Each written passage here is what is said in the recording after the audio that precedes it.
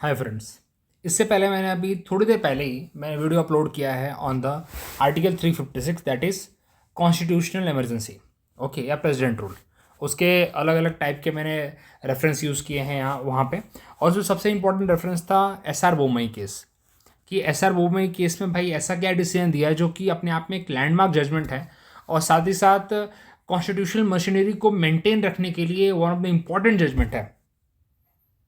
इसलिए मतलब ना इसके ऊपर लाइक स्टिल सुप्रीम कोर्ट अभी भी कोर्ट करता है, बिकॉज आपको पता ही है हमारे जो पार्लियामेंटेरियन है या फिर हमारे जो गवर्नमेंट है वो कितना इसका मिसयूज़ करती है। सबसे बड़ी बात है कि मिसयूज़ करती है। जब ये कॉन्स्टिट्यूशन में आया था, कॉन्स्टिट्यूशन मतलब मेकर्स ने जब इसको रखा था, तो बी आर अम्बेडकर जी ने बोला था कि इसको हम लास्ट रिसॉर्ट मानते हैं, सबसे आखिरी में, मतलब ना it is a dead letter. क्या है? Dead letter. इसको हम सबसे लास्ट रिसॉर्ट मानेंगे, आखिरी। लेकिन हमारे पार्लियामेंटेरियन ने बोला, मतलब गवर्नमेंट ने बोला कि this is not the last resort, this is the first resort. हम इसको पहला रिसॉर्ट मानते हैं और इसको पहली बार यूज़ करेंगे, बाकी छोड़ो। तो इसलिए इसका मिसयूज़ इतना ज़्यादा होने लगा था और बहुत बार इसका मिसयूज़ गवर्नमेंट अपने हिसाब से करती थी। अब जैसे सेंटर में गवर्नमेंट है बीजेपी की, केरला में कोई और गवर्नमेंट, और केरला में हुआ भी है, मैं झूठ क्यों बोल रहा हूँ, केरला में हुआ भी है, ठीक है। तो उनको वहाँ की मतलब वहाँ पे प्रेसिडेंट रूल लगा देना, कुछ बहाने देके, कुछ ऐसे रीज़न देके। हुआ है, बिल्कुल बहुत सारी जगहों पे हुआ है, स्टेट्स में हुआ है। तो उन्हीं में से एक केस था एसआर बोमई केस। उनको मौका नहीं दिया गया कि अपने आप को प्रूफ कर सके on the floor of the house, मतलब लेजिस्लेटिव असेंबली में अपने आप को प्रूफ करने का मौका उन्हें नहीं दिया गवर्नर ने। और गवर्नर ने वहाँ पे डायरेक्टली प्रेसिडेंट को बोला इम्पोज द प्रेसिडेंट रूल। बोले ये चलेगा सीधा कोर्ट में भाई। और उसके बाद जो कोर्ट का जजमेंट था दैट इज़ वेरी इंपॉर्टेंट। अब पहले एक उसका बैकग्राउंड भी बता देना चाहता हूँ थोड़ा सा। देखिए, 38th जो कॉन्स्टिट्यूशनल अमेंडमेंट है उसने क्या बोला था, 1975 का था।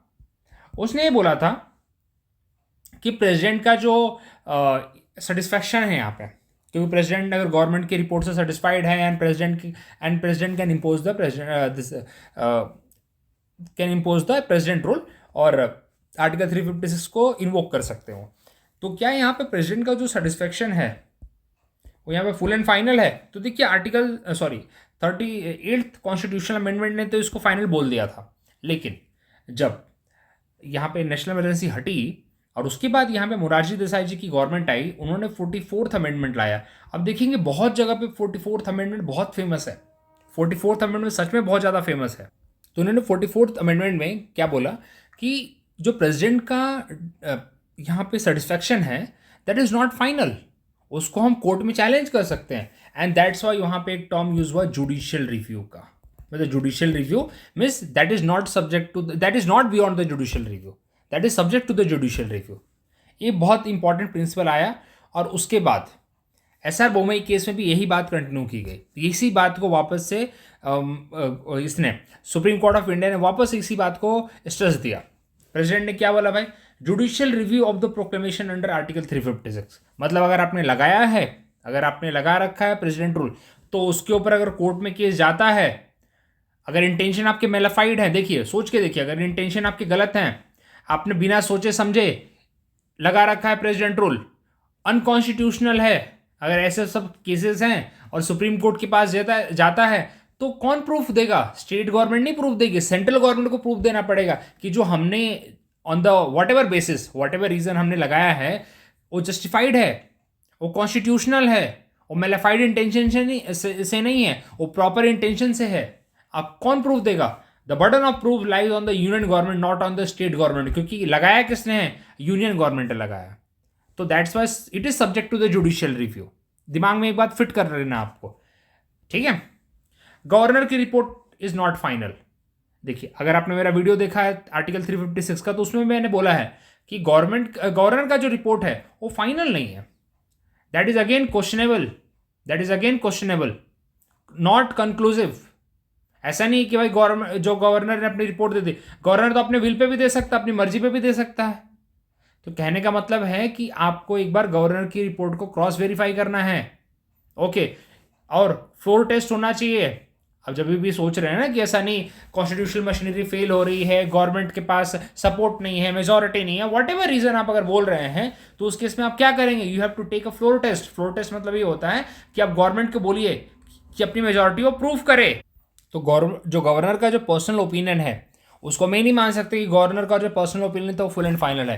पहले मेक श्योर करना है कि फ्लोर टेस्ट कराइए, चेक करिए कि गवर्नमेंट मेजॉरिटी में है या नहीं है, या फिर गवर्नर ने बोला आप बात मान लिया आपने, ठीक है। तो इसलिए गवर्नर का report is not final, okay, and not the evidence भी नहीं है वो कि नहीं गवर्नर की report is a full evidence. भाई गवर्नर की रिपोर्ट हम नहीं मानते यहाँ पे फुल एविडेंस, ठीक है। Have you checked it? अगर चेक किया है तो ठीक है, नहीं तो बात खत्म करिए। अगला, floor test is ultimate test. वही बात वापस से उन्होंने बोली है, मतलब एक तरह से कि आपको कराना चाहिए फ्लोर टेस्ट। अब अगर मेजॉरिटी है वहां पे और सिर्फ गवर्नर की रिपोर्ट पे आप आगे बढ़ रहे तो रॉन्ग, ठीक है। The majority of the ruling party should be tested on the floor of the house, not through the subjective assessment of the governor, it should be objective कि है या नहीं है। अगर आप डिसमिसल करते हैं without the floor test it will be unconstitutional. Very very very important line, very important, ठीक है। अगर आप करते हैं भाई उसको इनवैलिड माना जाएगा और वापस से स्टेट की मशीनरी रिस्टोर कर दी जाएगी। बहुत बार ऐसा हुआ है, number of time it has been proved wrong, मतलब union government has prove, union wrong prove होता है और वापस से स्टेट की मशीनरी ला दी जाती है वहां पे। बहुत बार ऐसा होता है, ठीक है। ये सबसे बड़ी बात, वेरी वेरी इंपॉर्टेंट। यहां पे उन्होंने यूनियन को बोला है कि अगर सेकुलरिज्म के ऊपर, सेकुलरिज्म मतलब दैट इज स्टेट का इंटरफेरेंस नहीं होगा, रिलीजन का वाइस वर्सा है, रिलीजन का इंटरफेरेंस भी नहीं होगा और ना ही स्टेट का इंटरफेरेंस होगा रिलीजन में। क्योंकि जैसे आपको पहले पता है हमारे हिस्ट्री में हमने यही सीखा है कि जितने भी राजा महाराजा हुए कहीं ना कहीं उनके ऊपर रिलीजन का इन्फ्लुएंस रहता ही रहता था। जब मुस्लिम होते थे तो उनके ऊपर उलेमा का होता था, जब हिंदू थे तो उनके ऊपर पुरोहित का होता था, तो कहीं ना कहीं क्रिश्चियन थे तो उनके ऊपर मिशनरीज का होता था। देखा ही है ना हमने, क्रिश्चियन मतलब अपने ब्रिटिशर्स, हमने सब चीज़ें देखी हैं। तो हमने क्या बोला कि भाई हमारा सेकुलरिज्म कैसा है कि हम यहाँ पे रिलीजन को इसके अंदर इन्वॉल्व नहीं करेंगे स्टेट मैकेनिज्म में, लेकिन अगर उस प्रिंसिपल को कोई ब्रेक करता है या फिर सेकुलरिज्म के प्रिंसिपल को ही कोई ब्रेक कर रहा है, वॉयलेट कर रही है स्टेट गवर्नमेंट, दो रिलीजन के बीच में दंगे करवा रही है मान लेते हैं, तो उस केस में क्या किया जाएगा भाई? उस केस में तो गवर्नमेंट, जो यूनियन गवर्नमेंट है, जो सेंट्रल गवर्नमेंट है, they are free to dismiss the government, they are free to dismiss the state government. तो इसका मतलब है कि सेकुलरिज्म वाला जो प्रिंसिपल है आपका, that is a basic feature of the constitution, उसको हमें हटाना नहीं है। अब आपके लिए एक क्वेश्चन है, आप ये पता करिए कि सेकुलरिज्म, जो सेकुलरिज्म है उसको कौन से केस में सुप्रीम कोर्ट ने इसको बेसिक फीचर माना है, ये आप फाइंड करिए। ये आपके लिए क्वेश्चन है अभी, ठीक है। काफी बड़ा केस है, इंपॉर्टेंट केस है, इसलिए मैंने बोला।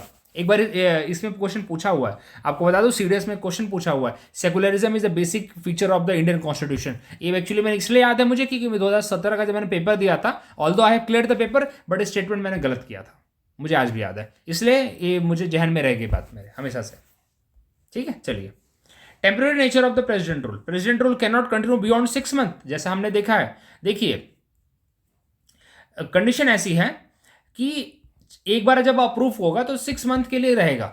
अगर आपको 6 मंथ के बियॉन्ड करना है तो वापस से आपको एक अप्रूवल लेना पड़ेगा फ्रॉम द पार्लियामेंट, फिर अगेन 6 मंथ, फिर आप अप्रूवल लीजिए अगेन 6 मंथ। एक तरह से मतलब 6 मंथ तक आप कर सकते हो और मैक्सिमम ड्यूरेशन 3 साल का है। लेकिन कंडीशन है उसके बीच में कंडीशन है, जो 44th कॉन्स्टिट्यूशनल अमेंडमेंट ने जोड़ रखी है। कंडीशन ये है कि अगर 1 साल हो गया आपका, आपने पहली बार में 6 महीना कर लिया, फिर दूसरी बार में 6 महीना कर लिया, टोटल 1 साल हो गया, तो 1 साल के बाद चेक करो यार, 1 साल के बाद चेक करो कि वहां पे क्या सब कुछ सही है। तो पहला चीज, क्या नेशनल इमरजेंसी तो नहीं लगा रखी तुमने? ये कंडीशंस दी है उन्होंने।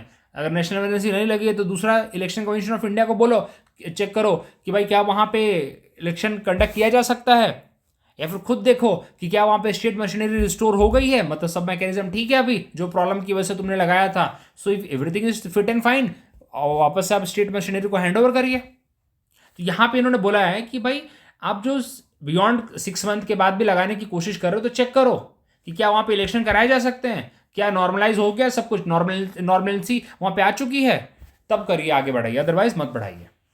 Okay, restoration of the dismiss government if the proclamation found unconstitutional, मतलब जिस बेसिस पे आप लगा रहे हो वो अपने आप पे अनकॉन्स्टिट्यूशनल प्रूव हो जाता है by the supreme court of India, तो वहां पे क्या होगा, वापस से जो डिसमिस गवर्नमेंट है उसको वापस से रीइंस्टेट करेंगे, वापस से उसको ला देंगे। ओके, एंड जो पार्लियामेंट्री अप्रूवल है, proclamation must approve by both the house of the parliament within 2 month, आपको पता ही है। If not prove it automatically cease to exist. लेकिन आपको सही बताऊं, जो गवर्नमेंट ने डिसाइड कर लिया तो पास करवाई देगी ना, लोकसभा से राज्यसभा, लोकसभा से तो कैसे ही पास कराएगी, और राज्यसभा से भी इतनी उनकी मेजोरिटी रहती है अभी की गवर्नमेंट की तो है कि पास करा देंगे। लेकिन मैं एक बता रहा हूँ, मैं अगर नहीं पास होता है तो आप नहीं करेंगे, तो आर्टिकल 356 में भी ऐसे दिया हुआ है। ओके, लेकिन आपके लिए जो इंपॉर्टेंट चीज़ है इसमें, वापस से बताता हूँ मैं क्या क्या है। ये सबसे इंपॉर्टेंट है, सबसे ज़्यादा इंपॉर्टेंट ये वाला पार्ट है, जुडिशियल रिव्यू। ठीक है, it is not beyond the judicial review. Second, governor की रिपोर्ट फाइनल नहीं है। और थर्ड, जो सबसे बड़ी इंपॉर्टेंट चीज़ है, फ्लो टेस्ट तो कराना ही है, दैट इज इंपॉर्टेंट थिंग, उसके अंदर भी कवर होगा सेक्युलरिज्म का। ये 3 बड़ी बड़ी चीज़ें हैं। बाकी तो आपको सब कुछ पूरा का पूरा मिल जाएगा आर्टिकल 356 में भी वैसे, लेकिन उन्होंने वापस से उसी चीज़ को रीइंस्टेट किया है। ओके, और उन्होंने बात बोली है, the power of the article 356 is exceptional power. उसको आप बार बार मत यूज करो यार, इसको एक्सेप्शनल पावर है, इसको अपने सेंट्रल स्टेट रिलेशन को मेंटेन करने के लिए रखा है हमने। आप उसको मिसयूज करते हो, तो वही उन्होंने बात बोली है कि स्पेशल सिचुएशन में यूज करिए, ना कि रेगुलर बेसिस पे अपने काम कराने के लिए यूज करिए। कि स्टेट ने आपकी एक बात नहीं मानी, या फिर कोई आपका जो पॉलिसी था उसको इंप्लीमेंट नहीं किया, आपने कर दिया, that is not the case. उसको आप थोड़ा सा अपने पर्सनल ओपिनियन साइड में रखिए, कन्विंस करिए, बेटर कन्विंस करिए। एक यहाँ पे ओपिनियन और बेटर है, कन्विंस करिए स्टेट गवर्नमेंट को, बात करिए, नॉट कि आपने सीधा वहाँ पे स्टेट मशीनरी हटा दी वहाँ की। अगेन, लोगों का ट्रस्ट ब्रेक होता है, लोगों का ट्रस्ट पॉलिटिक्स पे ब्रेक हो जाता है, ठीक है, गवर्नमेंट के ऊपर ब्रेक होता है। सो दैट्स वाई आप सबसे लास्ट ऑप्शन रखिए, जैसे कि बी आर अम्बेडकर जी ने कहा है, it is a dead letter. Dead letter मतलब हम इसको आखिरी में यूज़ करेंगे सबसे, ये लास्ट ऑप्शन है हमारे लिए, उसको पहला बना रहे हैं। So this is the SR Bommai case. और उसके बाद अब यहाँ पे एक और टॉपिक बच गया, दैट इज़ फाइनेंशियल इमरजेंसी।